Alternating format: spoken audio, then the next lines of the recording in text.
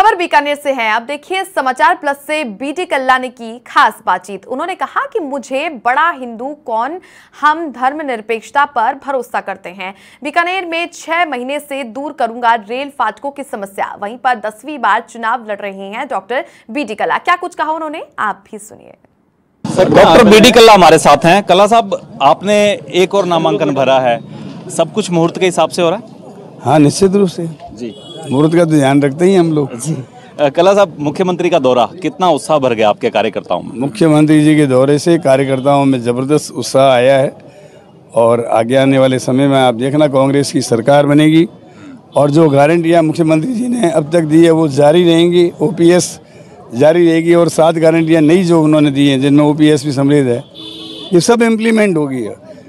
BJP के लोग खुलेआम कह रहे हैं हम ओपीएस बंद करेंगे, तो आप समझ रहे हो कि बंद करने वालों के लोग साथ रहेंगे या चालू रखने वालों के साथ रहेंगे। अच्छा कल्ला साहब, आपके प्रतिद्वंदी हैं यहाँ जेठानंद जी व्यास, किस तरह की चुनौती मानते हैं आप? क्या मुकाबला आपकी नज़र में कैसा है? क्योंकि वो बात कर रहे हैं हिंदुत्व की, हिंदूवादी चेहरा बीजेपी आरएसएस ने अपना आगे किया है। आप हमेशा जो बात कर रहे हैं वो आपकी विचारधारा एक अलग है। किस तरह की चुनौती मानते हो? मैं हिंदूवादी नहीं हूँ, मैं उससे बड़ा हिंदू हूँ और हिंदुत्व के बारे में हिंदू की परिभाषा नहीं बता सकते कि हिंदू किसे कहते हैं, धर्म किसे कहते हैं। वो मुझे वेद पुराण गीता किसी के बारे में मेरे से बहस कर सकते हैं, आपको पता लग जाएगा वो ज़्यादा जानते हैं हिंदुत्व के बारे में या मैं जानता हूँ। उनका मुद्दा वो लेके चले। बात सुनो, हमारी पुरानी जो संसद है उसके ऊपर एक ऋचा लिखी हुई है वेद की, ऋग्वेद की। अयम निज परो वेदी गणनाम लघुचेत साम उदार चरिता नाम वसुदेव कुटुंबकम। ये तेरा और मेरा भारत की संस्कृति नहीं है। भारत की संस्कृति उदार चरित्र वाली है जिसमें सारा संसार एक कुटुंब की तरह है।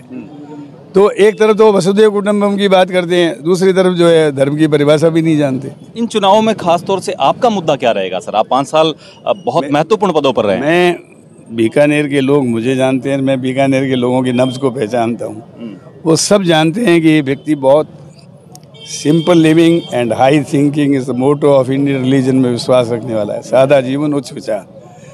और मैंने हमेशा बीकानेर में 3600 कौमों को साथ लेकर चुनाव लड़ा है और मैंने कभी भी बीकानेर में मैंने उनका एक वीडियो देखा था कि मैंने सरकारी कर्मचारियों के ऊपर भय का वातावरण रख रखा है। मैं आज तक किसी से भय होता तो मैं 6 बार जीतता थोड़ी, मैं बराबर चुनाव जीता हूँ और मंत्री रह के कभी चुनाव नहीं हारा। अब 10वीं बार पर्चा भर रहे हैं सर, इतना लंबा अनुभव आपका, कुछ प्रेडिक्शन करेंगे? कांग्रेस कहाँ तक पहुँच रही है और भाजपा कहाँ तक? कांग्रेस निश्चित रूप से सरकार बनाएगी और सरकार बनाने के बाद जो हमने, जैसे बीकानेर के बारे में अपन बात करें तो 619 करोड़ की पेयजल योजना जो इम्प्लीमेंट हो रही है उसको पूरा कराऊंगा और अगले 7-8 महीने के अंदर अंदर बीकानेर में रेलवे फाटकी की समस्या का अंत कर दूंगा मैं।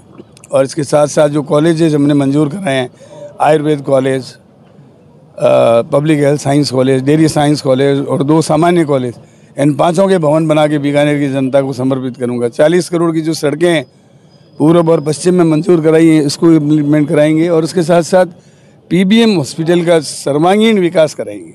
अभी मैंने पीबीएम हॉस्पिटल के रख रखाव के लिए 16 करोड़ रुपये मंजूर कराए हैं।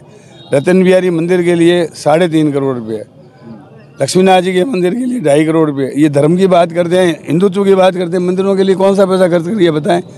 5वीं तक की स्कूल कहाँ खोली है बीकानेर में? हमने 33 सीनियर सेकेंडरी स्कूल इस पिछले 1.5 साल में पूरा पश्चिम में खोल दिया। रंधावा जी बहुत उत्साहित थे आपकी सभा में। हाँ। अल्लाहू अकबर से लेकर हर हर महादेव तक के नारे लग रहे थे। यही माहौल आपका पार्टी कार्यकर्ताओं का बना है? देखिए, मैंने कहा ना, हम 36 कौमों को साथ लेके चलते हैं और अपनी आस्था को मानने वाले का आदर करते हैं। शुक्रिया बातचीत के लिए। शिक्षा मंत्री बीडी कल्ला बीकानेर पश्चिम से दावेदार हैं, 10वीं बार चुनाव लड़ रहे हैं, 6 बार चुनाव जीत चुके हैं और बीडी कल्ला का दावा है कि इस बार भी वो अपनी उनकी जो स्वच्छ सरल राजनीति है वो ही करेंगे। धर्म जाति के आधार पर वो अपने वोटर्स के बीच में ना तो कोई भेदभाव करेंगे और ना ही किसी को करने देंगे। सहयोगी शिवशंकर के साथ रवि बिश्नोई, समाचार प्लस।